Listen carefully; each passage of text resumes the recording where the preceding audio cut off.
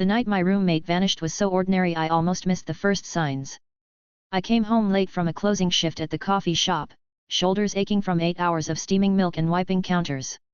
Our old duplex on the east side of Portland, Oregon, was quiet except for the creak of the stairs as I climbed to the second floor.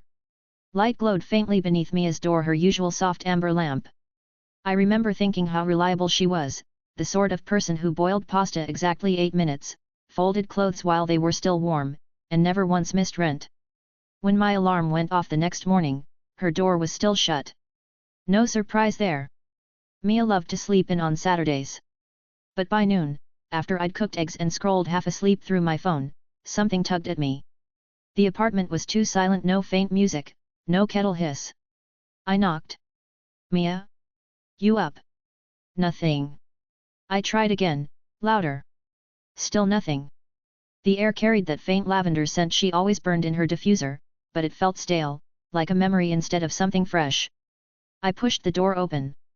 Her bedroom looked staged for a realtor's photo shoot. Bed perfectly made. Desk wiped clean. Closet door ajar to reveal 2 lonely wire hangers. The diffuser was empty, unplugged. It was as if she'd never lived there at all. Then I heard it, the shower running in our shared bathroom. I spun, heart hammering. Mia. I called. No answer. Steam curled from the hallway door, but when I stepped inside, the room was empty. Floor dry, mirror cool to the touch. The sound of water faded like a radio being turned down. A chill crept along my spine. I checked the front door camera, an ancient ring that recorded in grainy black and white. The feed showed no one leaving during the night. No deliveries. No visitors. Just static shadows of our porch. Trying to calm down, I convinced myself she'd left early and forgotten to text. Maybe she'd gone hiking. Maybe she was with friends I'd never met. Around 3 p.m., my phone buzzed with a banking alert. Rent payment received from Mia Ramirez, $9.50 posted at 2:47 p.m. I stared at the screen. She'd vanished but paid rent from, where? I called her cell. Straight to voicemail. I texted, hey, are you okay? Call me. Nothing. That night I couldn't sleep. Every creak of the old duplex set my nerves jangling. Around midnight I noticed her bedroom door, which I'd left ajar, was now shut. I swear it was. The next morning, the door stood wide open again. I finally called the Portland Police non-emergency line. The officer who arrived, a weary man with a silver mustache, took a perfunctory report and offered a tired smile. Adults can leave when they want, he said. Especially roommates. Maybe she needed space. I wanted to believe him, but a gnawing dread had already taken root. 2 days later I found the hidden drawer. I'd decided to clean Mia's room, partly from guilt, partly to keep busy. When I slid out the bottom dresser drawer, it stuck halfway. I tugged harder and the back panel popped loose, revealing a narrow compartment. Inside lay a cheap flip phone with the battery removed, a small brass key, and a single Polaroid of Mia and me from the week she moved in. In red ink she'd circled my face. No caption. No date. My stomach turned. I powered the phone on after replacing the battery from a spare I found in the kitchen junk drawer. It booted to a lock screen with no numbers, just a blinking cursor and the phrase, "Do you remember your name?" I dropped it like it burned. That afternoon strange glitches began creeping into my life. At the grocery store, my debit card declined with account not found. When I tried logging into my university portal to check a tuition bill, an error flashed, user does not exist. I called the registrar, who insisted there was no student by the name of Laura Parker enrolled at Portland State. That's impossible, I said, clutching my ID card. The woman on the line sighed. Ma'am, I don't know who issued that card, but it's not one of ours. I left campus shaking. On a hunch I tried Facebook and Instagram. My profiles were still there but stripped bare, photos gone, posts deleted, friends lists empty. It was as if I'd been quietly erased. I called my parents in Denver. My mother answered on the third ring. Hello. Mom, it's me. A pause. Who is this? It's Laura. I'm sorry, I think you have the wrong number, she said, polite and distant, and hung up. That night I locked every window, every door. Still, sleep refused to come. Around 2 a.m., a slow, deliberate knock echoed from the front door, 3 taps, evenly spaced. I tiptoed to the peephole. A figure stood on the porch in a long black coat, hood drawn low. They raised a phone and, in a flash of light, snapped a picture of me through the peephole. My heart thundered. Before I could shout, they turned and disappeared into the darkness. I called 911. Dispatch promised to send a car. No one ever came. When dawn broke, I found a folded scrap of paper slid beneath the door.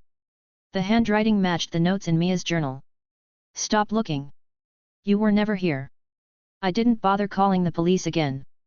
By sunrise the night visitor's footprints had already vanished from the damp porch, leaving only that note and the photograph still seared into my memory.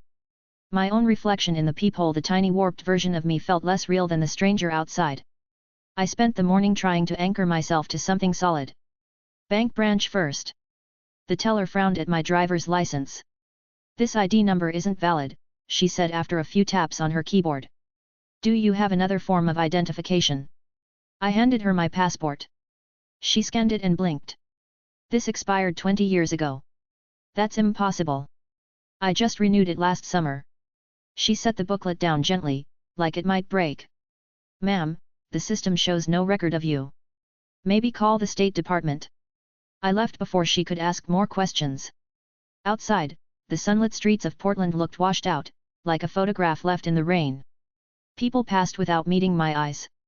When I caught my reflection in a storefront window, for a heartbeat I didn't recognize the woman staring back, skin a shade paler, features blurred, as though the glass itself had forgotten me. Back at the duplex I turned the brass key from Mia's hidden drawer over in my hand.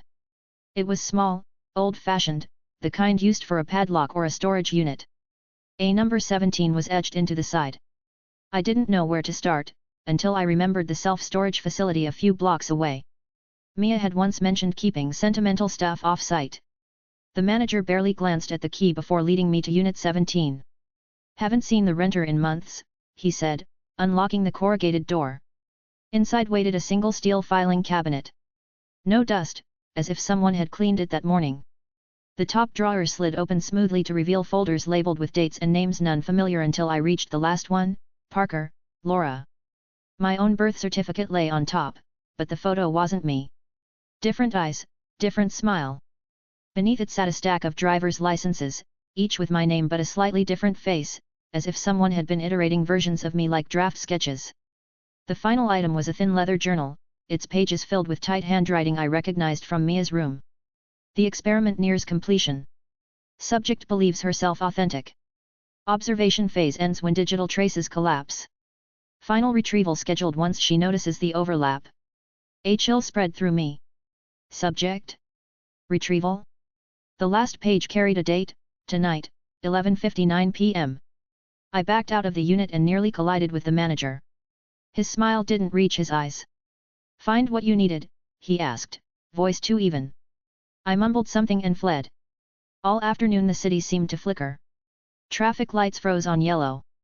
Street signs showed different names each time I looked back. My phone battery, half charged that morning, drained to 0 in minutes. When I plugged it in at home, the screen glowed white with a single message. 11:59 Return to where you began. I dropped the phone. It stayed lit, humming faintly. Night fell heavy and airless. Every instinct told me to run, but where? My parents didn't know me. My school had erased me. I had nowhere left except the place where it all started. Mia's bedroom. I stepped inside and closed the door. The lavender scent was stronger now, cloying. The diffuser which I'd unplugged days ago glowed softly, mist curling upward. At exactly 11:59 the floorboards vibrated with a low, resonant hum, like the deep note of a cello. The walls shimmered. At first I thought I was fainting, but then the room itself seemed to peel open, revealing a vast, dimly lit chamber beyond a space impossible inside our small duplex. Figures in dark coats stood in a circle, faces obscured by hoods. In the center, Mia waited, eyes luminous like backlit glass. You lasted longer than most, she said, voice calm and oddly kind. That's good. It means the template is stable. I tried to speak but no sound emerged. You were never a tenant, Laura. You were a proof of concept. A living file.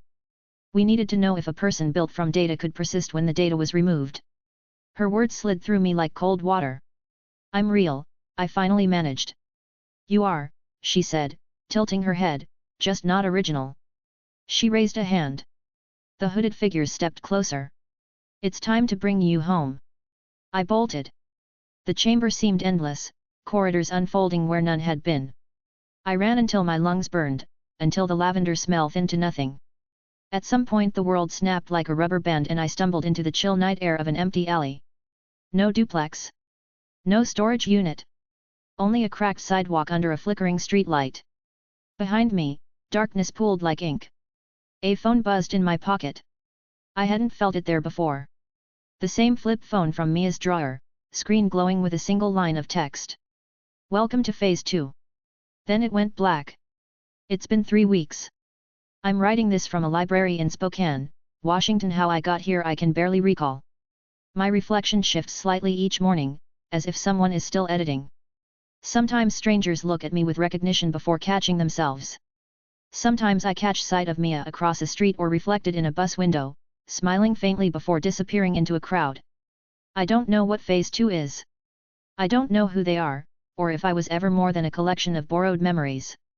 But I do know this, when the next rent is due, I'll be gone before it posts. And if you ever find a roommate who seems too perfect, whose past fits together a little too neatly, leave before the payment clears.